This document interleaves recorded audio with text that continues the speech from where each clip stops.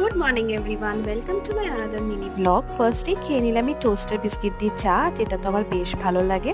তারপরে আজকে অনেক দিন বাদে ম্যাগি খাচ্ছি, কজ আমি ডায়েটে ছিলাম, তাই এতদিন ধরে খাচ্ছিলাম না। এটা তো আমার দারুণ লাগে খেতে।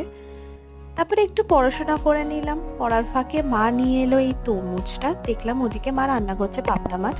আমি স্নান টান করে মাথায় সিরাম লাগিয়ে নিয়েছি। আজকে দেখছি এই গাছটাতে ফুল ফোটেনি, তাই এই গাছটার থেকে ঠাকুরকে পুজো দিলাম। তারপরে তো আজকে লাঞ্চে ছিল শাক, ভাত, মোরলা মাছের টক আর পাবদা মাছের এই ঝালটা, যেটা তো আমার বেশ ভালো লাগলো, জমিয়ে গেল আমার লাঞ্চটা। লাস্টে ছিল এই আমটক। তারপরে খেলাম কর্নেটো।